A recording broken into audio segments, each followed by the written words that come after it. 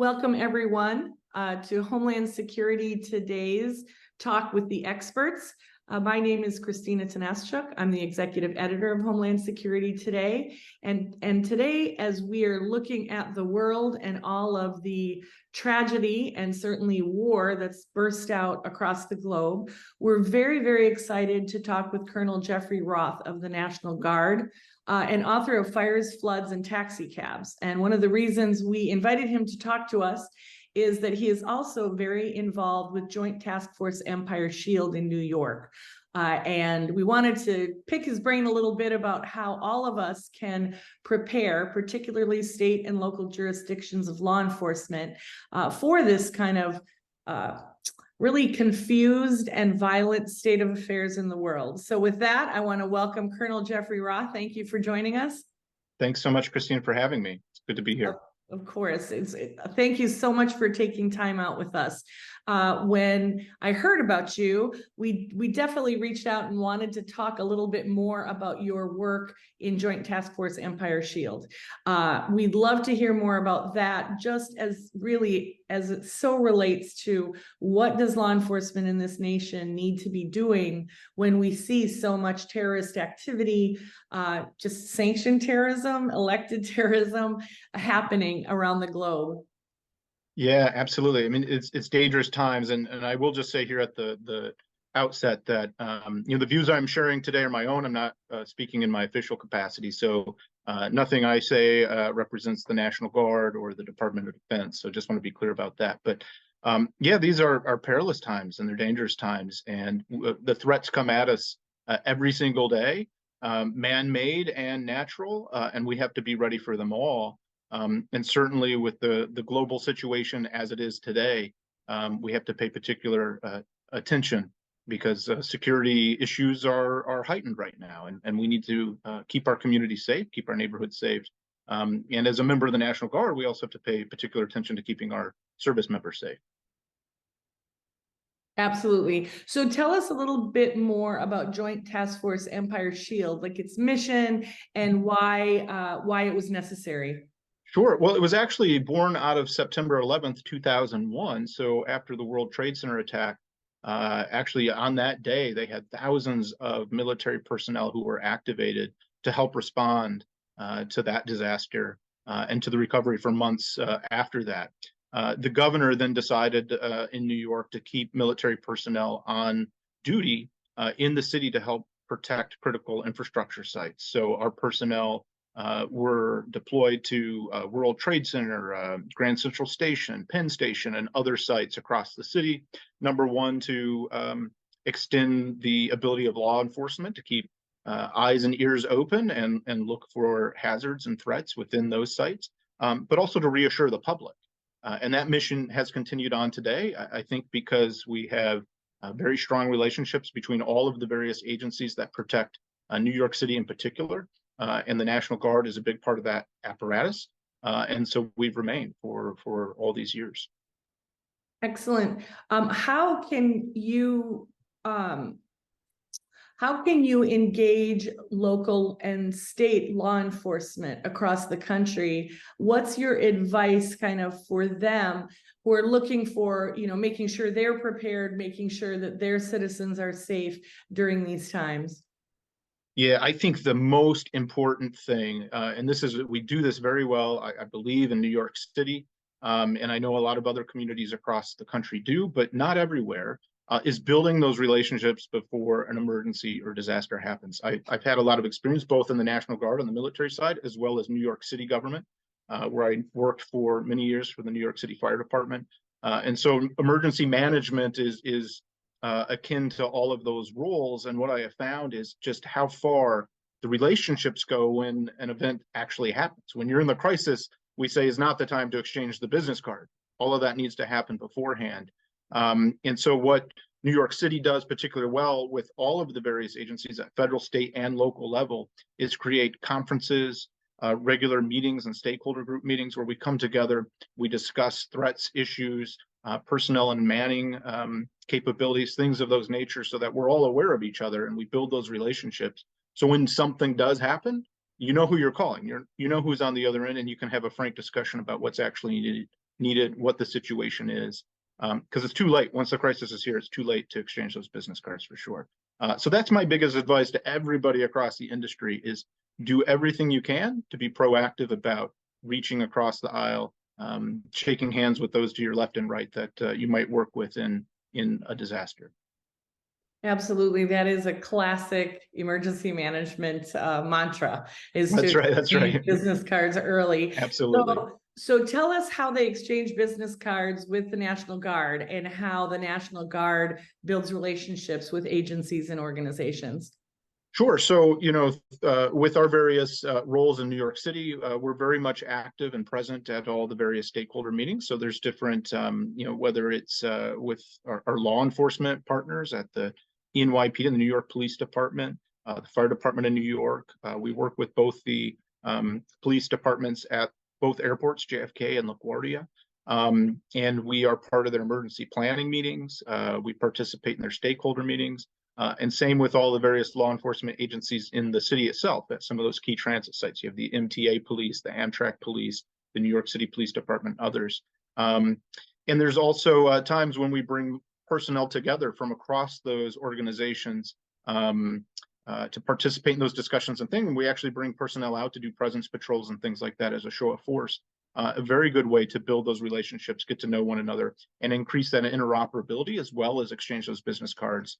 So we can see how things come together and then work together actually on the ground doing these things day in and day out certainly strengthens those relationships. And I bet you're a great person to ask why the National Guard is so important. Yeah. Well, I believe it's extremely important. It plays such a critical role. And I think for a variety of reasons. But the first is just our people, the people that we bring to any sort of issue, whether it's a natural disaster, whether it's terrorism or anything else. We have ready people who are very well equipped, very well trained, who, when they join the military, learn certain skills and go through their basic training before they ever even show up to a unit someplace. So they come with a lot of skills and a lot of preparation. When they work with the National Guard in what we call civil support operations, those are times when you'd have to respond to a natural disaster or some other crisis. There's additional training that goes into that. So our people are very well prepared. The other thing I think when I talk about people that I think about is the diversity that we bring. Emergency management, we know, is certainly underrepresented by women and minority organizations. And so it's often hard for emergency management professionals to reach into the communities that often need the resources and response the most. National Guard, particularly in New York City, is so diverse, and our service members come from all across the city. So it makes it much easier to reach out and touch some of those communities that might be underrepresented otherwise. And certainly beyond people, we have resources and equipment that I've seen, when I was in the National Guard when Hurricane Sandy hit New York City. And I actually, on my civilian side, I worked at the New York City Fire Department. On my National Guard side, I was activated to help respond to the hurricane and the aftermath of it. And it was really interesting kind of playing both those roles. I knew people at the fire department who were requesting resources and equipment from the military, and I was often the go-between for those things. So having those relationships in that case really helped because I could pick up the phone and better understand what the situation was and get the right resources. But an example from that was, we assisted the fire department who runs the emergency management services in New York City for ambulances. If there were certain streets that were flooded or they could not get down, we had large trucks that could, high axle vehicles that could get down certain roads and help assist getting people to the medical attention they needed or getting medical attention to the people who needed it most. And so it's really the people, the equipment, and the training that I think we bring to bear on whatever crisis there is that makes the National Guard so valuable. It's interesting because I worked for many years representing the public works departments on homeland security and emergency management issues. And it sounds so similar to many of the, I used to call public works the wind beneath everyone's wings. That's right. Yeah. Because, it was the gasoline, it was the tires, it was all the things that you don't necessarily think of first off, but it sounds very similar, that type of critical infrastructure that you need for a response. So we started off by talking a little bit about what a mess the world is right now. And so what as a law enforcement official sitting somewhere in middle America, or frankly, anywhere, when they hear about terrorists calling for, more active global jihad, and we have the folks who are just lone wolves, and we have other terrorist threats against critical infrastructure and cyber infrastructure. What's your advice for how to kind of digest and actually prepare your community for that? I think the very first thing that has to be done, and most communities have done this, I think post 9/11, it's very common, but you really have to know what are your most critical infrastructure. What are your, and by infrastructure, I don't just mean the power stations and things like that, but also where people congregate. What are the things that are highest value that need protection, and prioritize those things.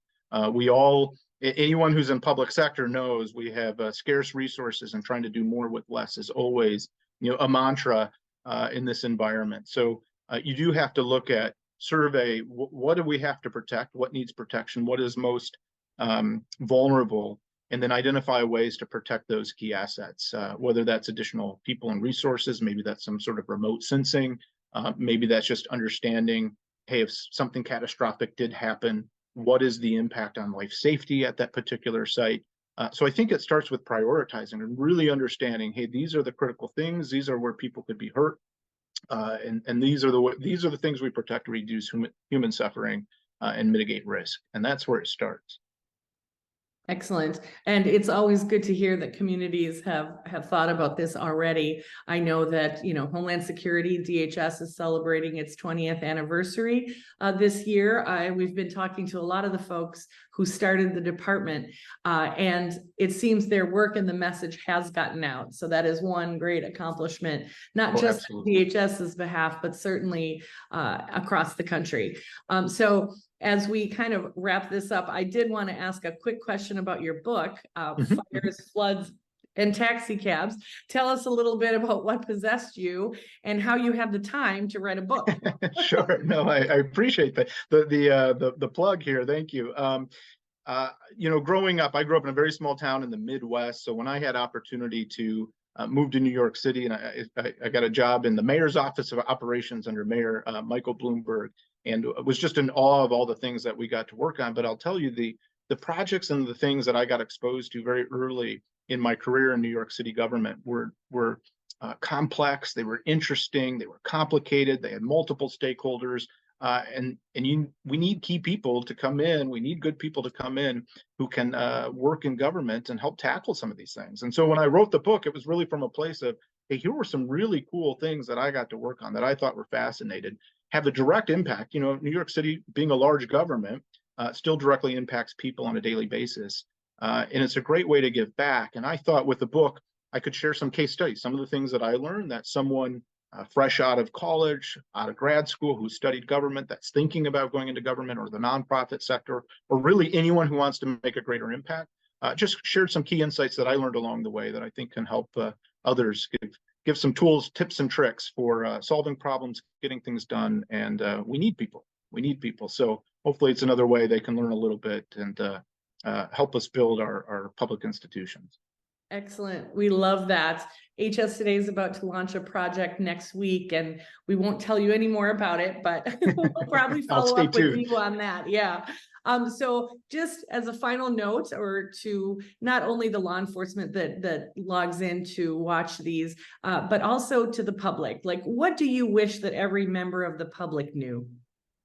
I think it's important for people to realize that resilient communities start with the individual. They start in our neighborhoods and communities. I think it's important to understand that local governments, state governments, federal governments will step in when we can, when there is a crisis. But it really starts with the individual saying, "Hey, what could possibly happen? Am I prepared? Do I have the resources I know?" I always encourage everybody to sign up for their local emergency management alert system. In New York City, we have NYC Ready. We have the New York State alert system as well. Stay informed and listen to your public officials, the directions and guidance they're given. And if there are threats and hazards out there that are coming, just prepare yourself. Know where to go. Have your phone numbers written down. Have an emergency evacuation plan. Don't stockpile, but keep a few, water and first aid items and things like that in your home. But do the research and take some of that time to make sure you as an individual are prepared. That makes for a more resilient community when we're all taking a little bit of time to make sure we're ready to go. Absolutely. It's good to hear that, and certainly for people to understand that there will be people in much dire straits when something bad happens, and that the resources have to be put towards that first. So, well, thank you, Colonel Jeffrey Roth. You've been fantastic. We really appreciate you spending some time with us, especially right now. I know you're very, very busy, and we certainly hope to keep you engaged in the HS Today family. I look forward to it. Thanks so much, Thank Christina, you. for And having me. we'll put a link to his book. So I know all of you want to run out and read Fires, Floods, and Taxi Cab. That's right. And this interview was not to plug the book, but I think it's important that when someone with your experience shares that, everyone should read it. So Thank you so much, so Christina. much. Thank Thanks you for your- again. Appreciate it. All right.